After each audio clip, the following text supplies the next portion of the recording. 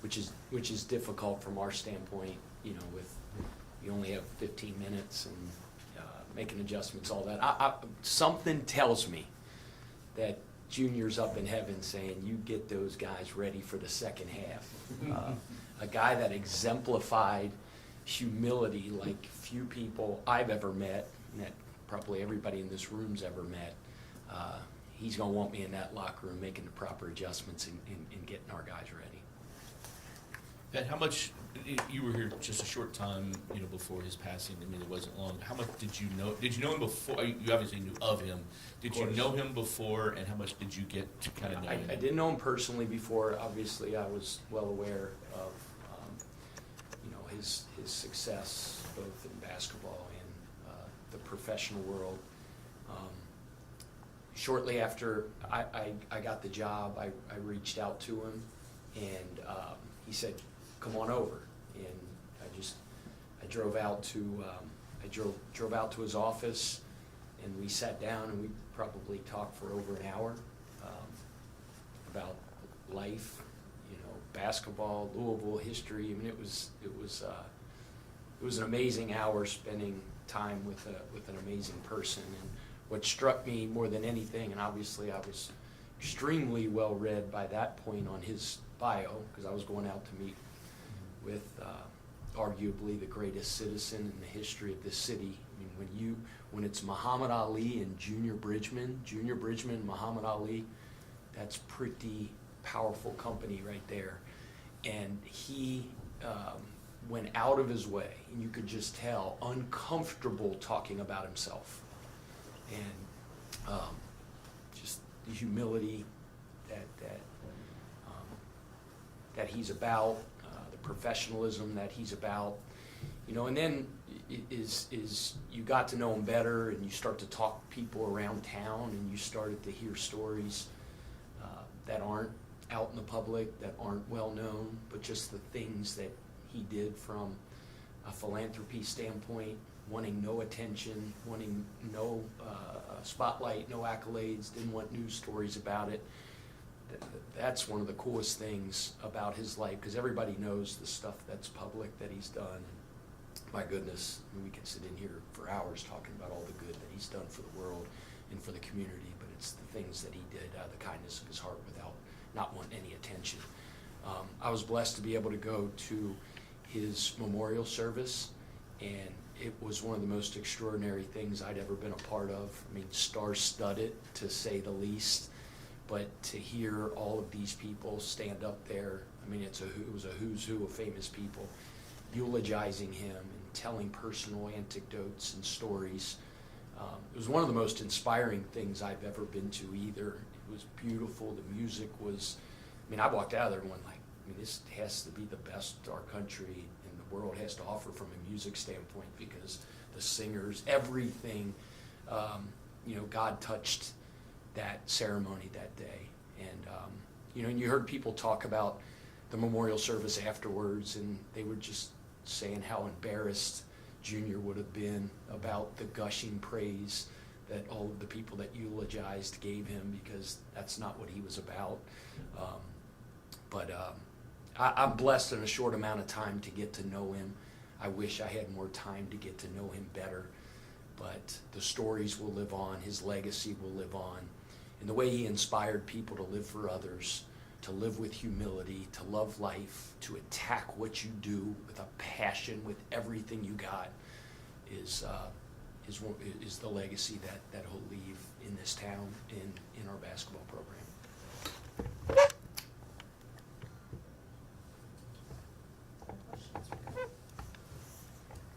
This is a long rival, Louisville and Memphis, having played it a number of years. How familiar are you with the rivalry that existed throughout the years and the excitement that the game holds for them? Well, upon getting the job and talking to people in the fan base out in the community, it's amazing how many people talked about how the fan base would love to renew some old rivalries, Memphis being one of them, the old Memphis State, and then Cincinnati. And it just worked out this year that we were able to do that. And just to hear the stories and the excitement and the rivalries and the big games, and then to see the clips and the highlights of a lot of those old games, you could tell how much this rivalry meant to both fan bases and to both programs.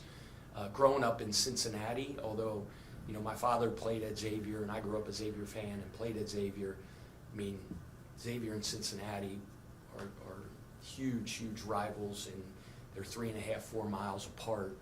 And my mom grew up a big Cincinnati fan. She talked about the national championship. She's talked about Oscar Robertson and all that stuff. So, and during my sort of teenage years is when, Cincinnati was one of the best programs in the country. And although I was a Xavier fan, I paid pretty close attention to the Metro Conference rivalries. I knew Louisville and Cincinnati and Memphis and blah blah blah were big, and then obviously they went from the Metro Conference, and I think it was Great Midwest for a little bit, and then it was Conference USA, and then rivals again in the American. So yeah, I'm very well aware of how big of a rivalry that is, and it's really cool to reignite that rivalry once again. Felt like you had so many games right on top of each other for a while. Now you've had some time. What's this week been like? Just back into practice, getting ready? Yeah, we did. We had a lot of games in a short amount of time. The break was needed for a lot of reasons.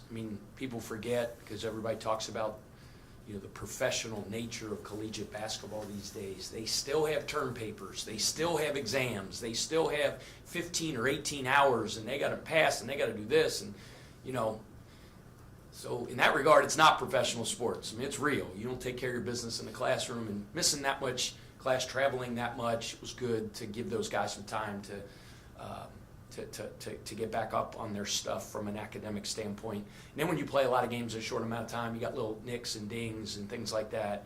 So it gave our guys a chance to get healthy. When you have a long layoff like that, you can break the week up in a certain way where you can go back to preseason and just work on you for a couple days before you get into prep of a very dangerous and well-coached opponent. So I think we were able to do a lot of that over the last week. Pat, last week, obviously, with the Arkansas game, you described it as a discombobulated performance by you guys, and then a couple days later, you had the Indiana game where you guys looked locked in from the jump. What does it say about your team's overall ability to kind of refocus and bounce back? Yeah, I think we found out a lot about ourselves through that response because it was a tough game at Arkansas, and you give Arkansas a ton of credit. They were the better team that day. There were things we could have done better, but there were things they did to us that gave us problems, but we learned from it. We responded and had a good performance in the next game. But whether you're responding to adversity or you're responding to success, it's still a response. So I thought our guys, in the last question about how they handled this week, they handled it like pros, like I knew they would, and we're hoping it leads to a really good performance tomorrow against a really good Memphis team. You talked about the last game, Sananda getting more comfortable out there. I'm just wondering, what are some of the signs that you see from him, to kind of let you know that he's more comfortable? And I'm thinking back to after the Kansas game, you kind of spoke about how this is also new to him and how he came over from a place where there's so many sets and he knows, I have to do this, this, and this every trip. What have you seen from him to kind of tell you that he's getting more comfortable playing in a free-flowing sort of system? You just tell. You can feel it. You can see it in his demeanor and the way about him, the way he's playing on the court. More confidence that he's playing with. I don't think it was just the last game. I think it's been the last 7 or 8 games. But yeah, I did say that weeks ago, and I meant that. He had a very specific role on his team, on that professional team, and we talk so much about the freedom with which we allow our guys to play. There's a method to behind the madness. It's not throwing spaghetti at the wall and sees what sticks. We play within concepts and some structure, but it's also being able to play confident, play free, play loose, play aggressive, play on the attack, and I think he's getting more comfortable playing like that. Yeah, when you look at Memphis, they've got some good players. With Daniel, number one, kind of everything goes through him, doesn't it? As a point guard, it looks like he does a lot for them. Yeah, they are extremely talented. They're probably the longest, most athletic team we've played against this year. And I said that to our guys the other day. I go, fellas, this team's more athletic longer than Arkansas. And that's they all sort of like, whoa, because that's a pretty athletic, long team. So, and they play really hard. I give Coach Hardaway a lot of credit for that. They're playing a lot of guys because I think his thing is just like our thing is, like, if you don't play hard, you're sitting on the bench. And those guys know that. You mentioned point guard number one. He's one of the most dynamic point guards in the country, for sure, that we played against this year. Plays with the ultimate confidence and freedom. Coach gives him the ball, at 7 at night. He wants it back at safe and sound at 9, like I always say good point guards do. He is extremely explosive. He can score at all 3 levels. Extremely shifty, extremely fast. I told the guys yesterday, and they laughed because sometimes you got to put it in their terms. I said, you guys all order stuff off Amazon, and that's how you do your online shopping, and all your stuff comes in. You put your address in. He puts his address when he orders something, the lane, the paint, because he's there all the time. He gets there in transition. He gets there off the bounce. He gets there off the pick and roll. And then they are as ferocious crashing the glass in an offensive rebounding team as there is in the country as well. And all that length and athleticism, when those shots go up, it is an absolute avalanche to the rim. So he's a big key. You always say the head of the snake. That's what really good point guards are. And they have. We spent all this time talking about him. I could go down the line on a bunch of very athletic or very explosive, talented offensive scorers. You look at their scoring; it's very even across the board. One averages 14 a game or so, and then it's like 10, 10, 10, 10, 10, or 9, whatever it is. But you can't really just key in on one guy because they have a lot of guys that can hurt you in a lot of ways. In that regard, does that change anything that you want to do, just in terms of, I guess, like a personnel or matchup? So heading into this game, like things you might have taken away from that loss at Arkansas. You're going facing, way back really now, an athletic team. Yeah. I mean, we learned stuff from the last game against Indiana when everybody was in here, telling us we hung the moon. We're the greatest team since the 86 Lakers or whatever it is. But we did a bunch of stuff in the Indiana game that we needed to clean up. Did a lot of really good things as well. Same thing in the Arkansas game. We did some things well. Did a lot of things poorly as well. I mean, the two things that really hurt us against Arkansas more than anything is offensive rebounding, and we fouled too much, and we pride ourselves so much, just like Coach Hardaway does with his team on their toughness and their tenacity and how hard they play. We do the same thing, and what we learned from the Arkansas game is if you let your foot off the gas in any way, shape, or form, you can get hurt in those two ways. So we were constantly standing at the free throw line, watching them bounce, and shoot wide open 15-footers with nobody guarding them, or they were getting second, third opportunities at the rim. So it's hard to win a game against a good team when you're doing those two things. Anything else for Coach Kelsey, Blaine? Pat, I wanted to ask about the defending without fouling. What are some of the keys for you guys defensively? Is it ball screen defense? Is it guys just getting beat at the point of attack? I thought it was better. Yeah, it's everything. And I think if you look at our metrics, we do a pretty good job of guarding without fouling. Our opponent's free throw attempt per field goal attempt. We're not best in the country, not the worst in the country, probably somewhere around average. We just, we always say fouling negates hustle. I think if you're really, really, really solid in your scheme and what you do in all facets, you mentioned transition defense, got to guard without fouling. Pick and roll, you got to guard without fouling. One-on-one, you got to guard without fouling. In the glass, you got to do it all without fouling. That goes for any team. So, we play a physical game, we play an attacking game, so does Memphis. We got to do a good job of defending them in all facets, without fouling. It's going to be a very physical game. It'll be a difficult game to officiate.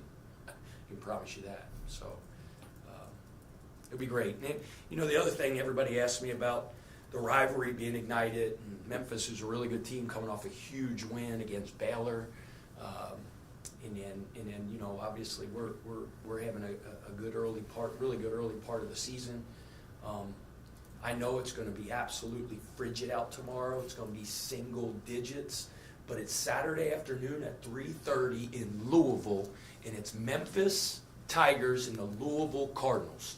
Like Yum Center, if you're thinking in any way, shape, or form, like it's cold out, like I'm just gonna watch it by my fire, and I'm gonna have no. Now we need you. Get out of your comfort zone, because we're getting out of ours, because we're playing a really good team. Hey, schedule Memphis. Hey, schedule Cincinnati. Schedule the Lakers. Schedule the Celtics. Done. Where you at? Where you at? Get out of the cold. Go. A lot of you got automatic starters now. Just start the car. Get it hopping, and then go get down to the Yum. Get there early. Get in the restaurants. Get in the bars. Because you know what? That helps Louisville too. That helps our economy. Go get some lunch, go get a couple beers, be feeling pretty good when you walk in there, and then be a factor in the game tomorrow. We need you. We need you. We need that place hopping tomorrow. Like, I want to look up in the upper deck and go, gosh, dang, I don't see many empty seats. If you don't have your tickets yet, get them. It's a really good Memphis team tomorrow. And we need a big-time win, and we have that sixth man. It's a game changer. We'll see you tomorrow at the Yum. Thanks, guys. Freaking out.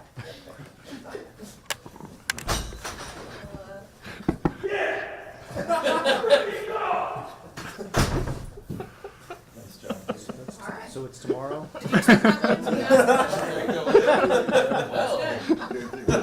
I mean, I guess that's the red Defending one, the without line fouling. combo right there. Defending without fouling, that's where we got. I feel bad that I'm not on the team. What are you talking about? So is the game at the Yum? It's actually in Memphis. Okay. FedEx Forum. It's colder. Clark County? What? No. Is it colder in Memphis? It was maybe a cold now. I know. Is it? So I'm guessing. Alright. Now, they're funny if you open the door and his finger goes, "Park."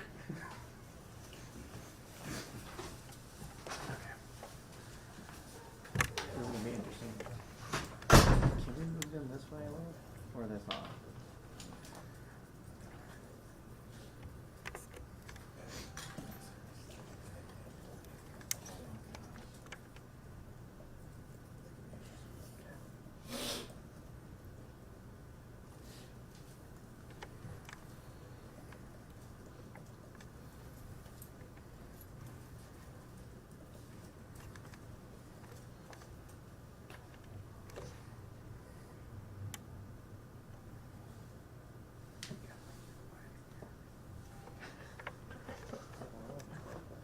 Start the energy back up.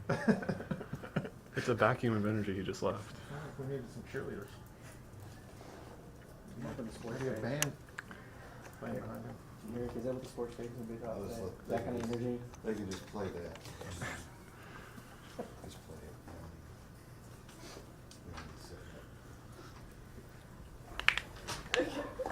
Grateful for the opportunity.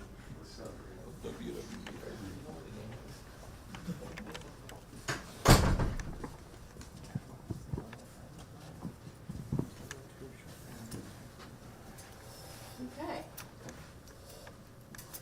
We've got Samantha Frew and Kobe Rogers. We'll just go ahead and write the questions for the two of them. Jody, we'll start with you.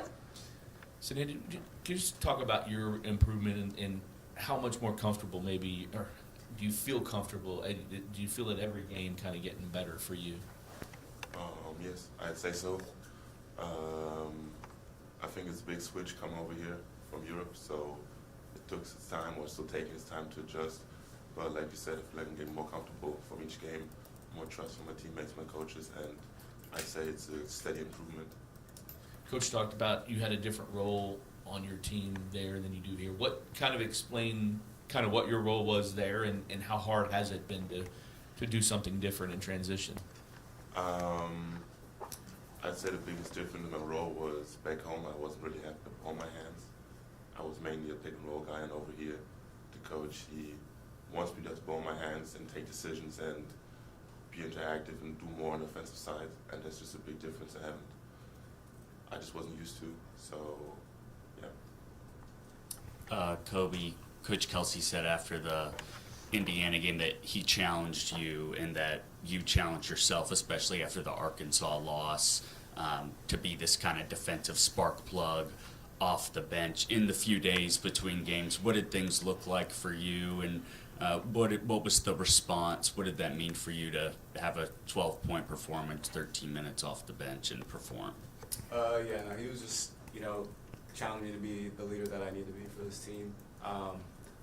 My play in the Arkansas game wasn't what it needed to be, neither was, anybody on the teams, and that's why the result was what it was. Just that challenge to be, exactly what I need to be, the role that I need to be, and the vocal leader that I need to be. Just taking those steps during those couple days. Sananda, could you speak about the differences between maybe some of the bigs that you went up against back in Germany versus the guys here that you've been going up against now? Maybe some of those guys back home are like a bit older, like you've talked about, but just kind of what are the biggest differences for you, going into these games now? I'd say the bigs over here are more athletic. Back home, I played a lot against older guys, on stronger guys, and they mostly rely on their finesse and they're just being older and having been through so much stuff, so just good in reading the game. And over here, it's like the bigs are super quick, athletic, and just aggressive. That's the biggest difference. And then Coach talked about after the game against Cincinnati, I think, mentioned, getting into the team at halftime, I'm asking them to play more physical. I'm just wondering, did you kind of need that extra push in that game, and has it kind of carried over through this stretch of most recent games? I wouldn't say I needed the push. I would just say the first half wasn't me, and I wasn't happy with myself. I mean, yes, the coach, he kind of called us out, but the reaction was needed. Also from my side, I saw that happen. So it was just my goal for the game, for the rest of the game, and the other games to be more physical and fight more, and just show what I got to show. When you guys watch film of this Memphis team, I know Coach mentioned that he told you all that they're more athletic than Arkansas. I'm just wondering, what stands out to you when you turn on the film and start to game plan for them? Yeah, they're just kind of like PK said, long, athletic, fast, downhill team that likes to attack the rim. Offense, rebounding, transition. The point guard, he's their guy, the head of this thing, so he's kind of leading the charge on that. So we got to do a great job on him. But, Arkansas gave us a challenge with their athleticism and their physicality and whatnot. So, we're taking big steps to get ready towards, what this Memphis team has to offer. And they got a lot to offer. Kobe, you're 9 games in, which you look at it's really not a lot of games to play together yet. How much is this team still developing in terms of just learning each other, learning the team you want to be, and how much do you feel like you know what the team wants to be? Yeah, I think we're at a great spot so far. We still got a lot, to learn about each other and to grow, learn about each other as a team. But I think it's every day in practice. You see guys having side conversations about, a switch that they may have had in a possession before, crashing or not crashing on this possession, or, trapping or not trapping and whatnot. So I think, the more that we have those conversations and the more that, we kind of listen to each other and, respect the standard that we have for this program, then, we'll be just fine. Kind of on that note, a long time off from the last game to this game, is that, in your eyes, beneficial to improve as a team? And what was this week like on the court? A week off, especially when you start, getting into the regulars of the season where you get nicks and bruises, banged up a little bit. The week off is always nice, but, I feel like when you are playing, game after game, you kind of get into a little bit of a rhythm. And then when you take that week off, it can kind of mess up your rhythm a little bit. So, just trying to ensure that we, have enough hard practices that feel, sort of like game-like, just to get ready for this, big game tomorrow. Did the fans back in Germany do the Fru thing with you after moments there? First time in your career where that's happened? Yes, it's the first time. What is that like for you? I mean, because is there other people who have other players who have come through the program who kind of have a similar sounding name or whatever that fans do that for. So I'm just curious as to what that's like for you now. I'll be honest, the first games I didn't even notice, and I think my mom told me, like, you noticed the through thing? I'm like, what you mean the through thing? She was like, yeah, I heard the first time, I thought they were booing you, but I was like, why they booing you? I'm like, oh really? Because usually in the games I try to be so not focused on the fans, but now after a couple of baskets I just hear it and just, it's a cool thing I'd say. I like it, I appreciate the fans. So your mom is back home watching the games? Yes. How late does she typically have to stay up for those? That's a good question. Well, late in the morning, I guess? I mean, it's a 6-hour difference. Yeah. But it depends. Earlier games are pretty good for her, but the later games, it's like 3 in the morning, and I'm like, Mom, you should sleep. She said, no, I want to watch the games, and I just enjoy it so much, so I'm like, okay, do whatever. Gotta get her some coffee first. Yeah. Anything else for these two? Great, thank you.